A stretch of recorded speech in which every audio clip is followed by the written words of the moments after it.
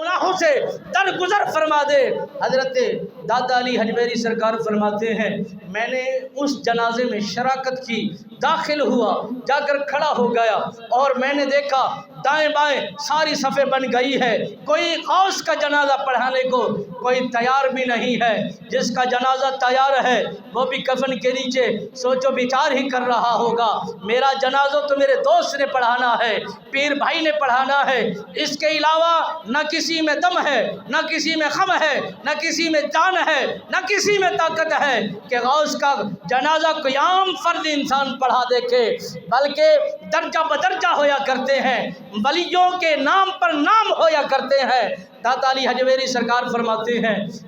लोग सारे के सारे मुड़कर मेरा रुख कर रहे हैं, मुझे देख रहे हैं और कहने पर मजबूर हो गए, आप सदाकत में भी अच्छे लगते हैं और नफासत में भी अच्छे लगते हैं और आपकी सच्चाई की अलामतें भी अच्छी लग रही है, आपका हुस्न और जमाल इस बात की गवाही देख रहा है, आपके अंदर ज़ुहद भी है, तकवा भी है, परहेजगारी भी है, नेकोकारी भी है, अल्लाह के मकबूल भी है, अल्लाह के महबूब भी हैं। हज़रत दाता अली हजवेरी सरकार फरमाते हैं, उन्हीं सभी को इसरार पर मैं आगे बढ़कर अपने यार के जनाजे को अदा करता हूँ। जनाजे के अदा करने के बाद मैं समझ गया, उसी वक़्त उसी लम्हे मेरे मुर्शिद कामिल ने मुझे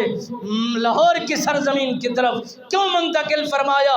जबकि मैं इसरार कर रहा था कुछ लम्हा आपकी रफ़ाकत में रहना चाहता हूँ, आपकी खिदमत में रहना चाहता हूँ, कुछ मज़ीद सीखना चाहता हूँ, कुछ मज़ीद पढ़ना चाहता हूँ। आप सरकार के मुर्शिद कामिल ने फरमाया कि लाहौर की सरजमीन आपका इंतज़ार कर रही है, जल्द अज जल्द उस खित्ते के अंदर पहुँचिए और जाइए, जाकर उस निज़ाम को संभालिए। आज भी औलियाए कामिलीन की मज़ारात, उनके फ़यूज़ व बरक़ात और उनकी रूहानियत का सिलसिला